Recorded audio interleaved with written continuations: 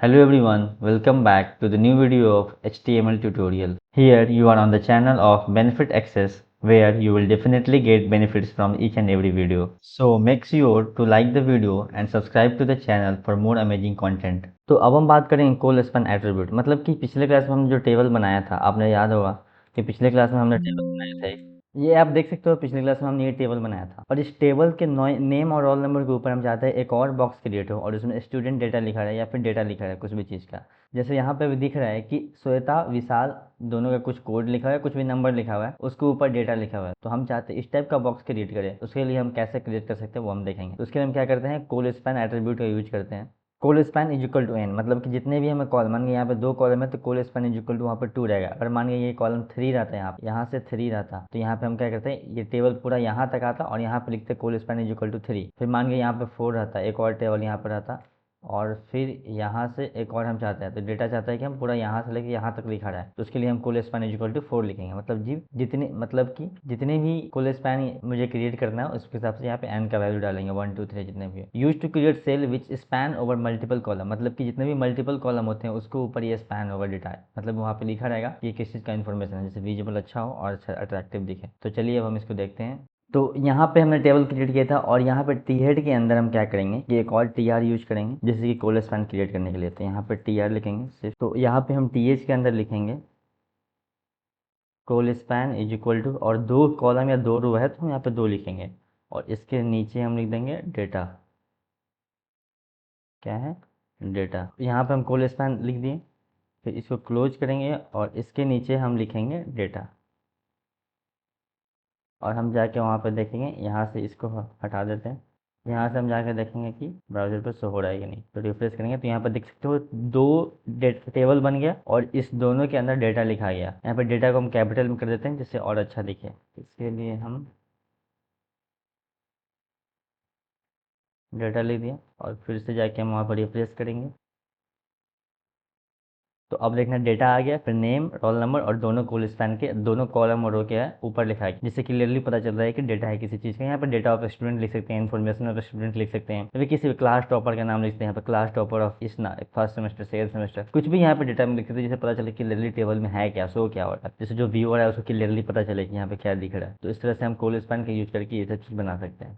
तो अब हम बात करेंगे forms in HTML. Forms in HTML में क्या करेंगे, forms are used to collect data from the users. मतलब कि मान के कोई यूजर्स हमारे वेबसाइट पर आया, ठीक है, और उस वेबसाइट पे जो जो यूजर्स आया उसका हम चाहते हैं उसका डेटा क्या है, वो कहाँ से है, वो उसका नाम क्या है, क्या करने आया है, कुछ कुछ जरूरी इन्फॉर्मेशन हम चाहते हैं लेना। जैसे आप इंस्टाग्राम पे लॉगिन करते हो तो वहाँ पे यूजर आईडी पासवर्ड रहता है, कभी कोई वेबसाइट पे जाते हो तो वहाँ पे हम login sign up sign in करते हैं, तो वो सब चीज़ हम एचटीएमएल के हेल्प से बना सकते हैं। कोई भी फॉर्म को क्रिएट हम एचटीएमएल से बनाया जाता है। तो यहाँ पे वही लिखा है, forms are use to collect data from the user, मतलब कोई भी यूजर जो आया उससे हम डेटा लेने के लिए हम फॉर्म्स बनाते हैं। एग्जाम्पल में sign up, log in, help request, मतलब कि कोई भी चीज़ जैसे फीडबैक फॉर्म हो गया या फिर कोई भी चीज़ जो चाहते हैं कि आप उसको रिक्वेस्ट भेजिए, फिर वहाँ से कुछ इन्फॉर्मेशन आएगा उसके लिए हम रिक्वेस्ट भेजते हैं। या फिर कॉन्टैक्ट में, मतलब कॉन्टैक्ट करने के लिए हम अपना फॉर्म बनाते हैं जिससे कि उसको कॉन्टैक्ट हो सके, जो जो यूजर इस साइट को एक्सपीरियंस कर रहा है उस चीज़ के लिए। तो उसके लिए हम फॉर्म टैग का यूज करेंगे, उसके अंदर हम सारा फॉर्म बनाएंगे। और इसके अंदर एक्शन इन फॉर्म है कि एक्शन इन फॉर्म में क्या होता है, action attribute use to define what action needs to be perform when an action is submitted. मतलब कि जैसे साइन इन या साइन अप किया, जैसे यहाँ पे साइन इन या साइन अप लिखा हुआ है और sign in and sign up किया, यहाँ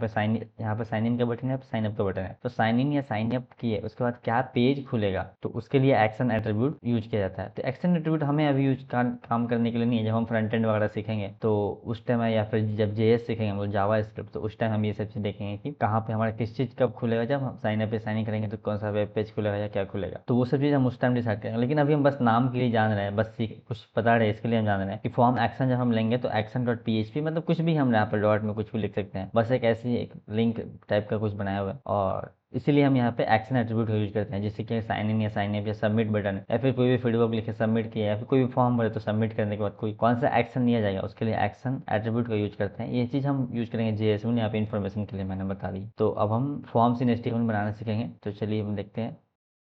तो यहाँ पे हम फॉर्म क्रिएट करेंगे फॉर्म टैग से हेल्प से, फॉर्म, और फिर इसके अंदर फॉर्म के अंदर हम यहाँ पे एक्शन परफॉर्म एक्शन एट्रीब्यूट का यूज करेंगे, जिससे कि वो एक्शन क्या परफॉर्म करेगा वो यूजर इनपुट डालने के बाद। तो उसके लिए हम, तो ये एक्शन डॉट पी एच लिखेंगे, तो ये चीज़ हमें अभी काम नहीं आएगा, जब हम जावा स्क्रिप्ट पढ़ेंगे तो अभी के लिए हमें इस चीज़ को जानने की जरूरत नहीं है कि एक्शन डॉट पीएचपी क्यों लिखा है। ये इसलिए लिखा जाता है क्योंकि डेटा हम डालेंगे वो हमारे सबमिट कहाँ होगा, कौन सा पेज खुलेगा, क्या खुलेगा, और डेटा जाएगा उनके पास जो इनका वेबसाइट है। अभी के लिए इसका कोई जानने की जरूरत नहीं है, लेकिन अभी हम बस रियल वर्क होता है जब जावा स्क्रिप्ट समझेंगे तब। तो उसके लिए पहले हम यहाँ पे, तो जैसे कि हमें इसको फॉर्म बनाना है तो यहाँ पे क्या करेंगे, फॉर्म एलिमेंट में क्या करेंगे, इनपुट डालेंगे तो input type text placeholder is equal to enter name, मतलब कि इनपुट टाइप में क्या करेंगे, टेक्स्ट वहाँ पे कोई भी एक बॉक्स टाइप का बनाएंगे और प्लेस होल्डर इंटर नेम लिखेंगे, जैसे कि पता चलेगा नेम वहाँ पे कौन सा डाला है। तो इसको हम जाके अपने कोड में देखेंगे बीएस, वहाँ पे हम जब रन करेंगे तो अच्छे से पता करेगा। अभी यहाँ पे क्या लिखना है, input type is equal to text और फिर यहाँ पे placeholder is equal to type something. ठीक है, फिर इसको हम क्लोज करेंगे इनपुट के अंदर और फिर हम जाके देखेंगे अपने वेबसाइट पे। तो ये चीज़ लिखने के बाद हम फिर जाएंगे अपने ब्राउजर पे देखेंगे। तो यहाँ पर देख सकते हैं, यहाँ पर टाइप समथिंग का आ गया, तो यहाँ पे हम कुछ भी लिखेंगे तो यहाँ पे लिखा आएगा यहाँ पर। ठीक है, तो यहाँ पे हम कुछ भी लिख सकते हैं। और यहाँ पे जो टाइप समथिंग यहाँ पे आया वो कैसे आया, यहाँ पे देख सकते हो कि देखो यहाँ पे इनपुट टेक्स्ट, यहाँ पे input type is equal to text ले रहा है, मतलब कि एक बॉक्स बनेगा, हम फॉर्म क्रिएट करते हैं उसके लिए हम इनपुट टाइप टेक्स्ट लिख रहे हैं, मतलब वहाँ पे टेक्स्ट लिखा है, कोई नंबर नहीं लिखेगा, मतलब ABCD जो भी अल्फाबेटिकल चीज़ होगा वहाँ पे वो लिखेगा। अगर यहाँ पे नंबर लिखे हो तो वहाँ पे सारे टाइप ना हो। फिर प्लेस होल्डर इसलिए लिखे हैं क्योंकि जब यूजर आए तो वहाँ पे पता चले कि उस बॉक्स में क्या लिखा हुआ है। जैसे यहाँ पे आप देख सकते हो कि यहाँ पे पता चल रहा है कि आपको यहाँ पे क्या लिखना है, टाइप समथिंग, मतलब यहाँ पे कुछ भी लिख सकते हैं, नेम लिख सकते हैं, रोल नंबर लिख सकते हैं, कुछ भी लिख सकते हैं यहाँ पे, जिससे पता चल रहा है कि यूजर को यहाँ पे क्या लिखना है। तो यहाँ पे जब हम अपना लिखना स्टार्ट करेंगे कुछ भी तो वो टाइप समथिंग हट गया। जैसे यहाँ पे तो विजुअल है टाइप समथिंग, और यहाँ पे हम कुछ भी लिखना स्टार्ट किए तो वो टाइप समथिंग हट गया। जिससे ऐसा क्यों है, क्योंकि वो प्लेस होल्डर की हेल्प से यहाँ पे हम प्लेस होल्डर लिखें कि जब यूजर हमारे साइट पे आए, जब यूजर हमारे साइट पे आए तो पता चले कि वहाँ पे क्या लिखना है, इसलिए हम प्लेस होल्डर का यूज किया। और input type text is equal to, मतलब कि वहाँ पे हम टेक्स्ट लिखेंगे। ठीक है, और इसको हम क्या करते हैं कि एक BR दे देते हैं, जिससे कि वो पता चलेगा कि दोनों में गैप क्या है। सिर्फ BR और BR देते हैं जिससे स्पेस अच्छे से रहे। तो यहाँ पे टाइप समथिंग है। अब यहाँ पे हम चाहते हैं कि कुछ और लिखते हैं, यहाँ पे input text is equal to name लिखते हैं, यूजर नेम। ठीक है,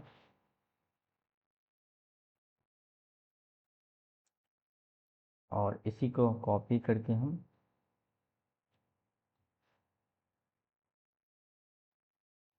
और यहाँ पे हम लिख देते हैं क्या, इनपुट पास टाइप पासवर्ड लिख देते हैं।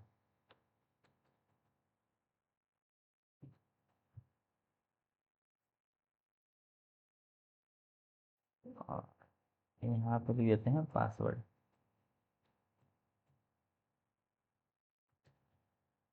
अब फिर हम जाएंगे अपने फाइल में और देखो यहाँ से हम रिफ्रेश किए तो यूजर नेम आ गया, पासवर्ड आ गया। तो यूजर नेम हम कुछ भी लिखेंगे, यूजर नेम हम कुछ भी लिखेंगे, जैसे बेनिफिट एक्सेस। ठीक है, और पासवर्ड में हम कुछ भी लिखेंगे तो वो देखो विजिबल नहीं हो, जैसे कि जो भी हम लिख रहे हैं वो जो हमारा यूजर देख रहा है उसको पता नहीं चला कि हम विजिबल किया, मतलब कि वहाँ पे विजिबल नहीं होगा पासवर्ड जब हम लिख रहे हैं कोई किसी और को। तो यहाँ पे देख सकते हो पासवर्ड लिख रहे हैं डॉटेड डॉटेड हो जा रहा है। तो इसी तरह से जब इंस्टाग्राम पासवर्ड या फिर कोई भी चीज़ हम यूजर नेम पासवर्ड टाइप करते हैं तो ऐसे ही लिखते हैं। इसी तरह से फॉर्म क्रिएट किया जाता है, बेनिफिट एक्सेस, और फिर यहाँ पे हम पासवर्ड लिखेंगे कुछ भी। तो यहाँ पे देख सकते हो जो पासवर्ड जो कोई और देख रहा है उसको पता नहीं चला, तो ये पासवर्ड का फॉर्म क्रिएट हो गया। तो इसको हम स्पेसिंग देने के लिए हम BR टाइप का फिर से यूज करेंगे यहाँ पे, जिससे वहाँ पे स्पेस मिले। और यहाँ पे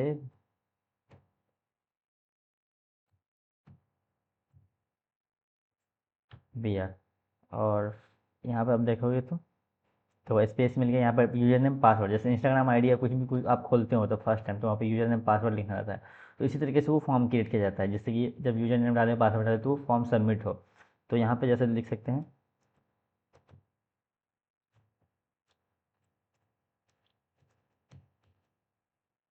बेनिफिट एक्सेस, और यहाँ पे पासवर्ड हम कुछ भी लिखेंगे। उसी तरह से और भी चीज़ क्रिएट कर सकते हैं, जैसे यहाँ पे, तो यहाँ पे हम एक लेवल क्रिएट करेंगे और इस लेवल के अंदर हम लिखेंगे इनपुट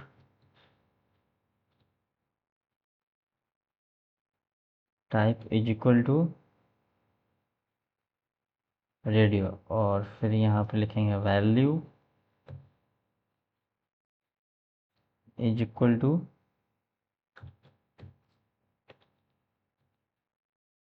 फर्स्ट सेमेस्टर, फिर name is equal to first semester, और फिर ये किस चीज़ के लिए है, तो फर्स्ट सेमेस्टर फर्स्ट सेम, और इसी चीज़ को हम फिर से कॉपी करके लिखेंगे।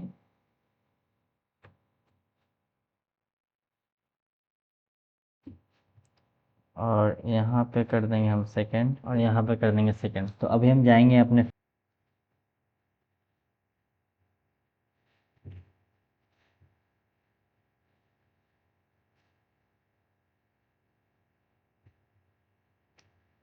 तो यहाँ पे हम देख सकते हो कि जब रिफ्रेश करेंगे तो यहाँ पे देख सकते हो फर्स्ट सेमेस्टर पे क्लिक कर रहे हैं तो फर्स्ट सेमेस्टर पे क्लिक हो रहा है, और सेकंड सेमेस्टर पे क्लिक कर रहे हैं तो सेकंड सेमेस्टर पे क्लिक हो रहा है।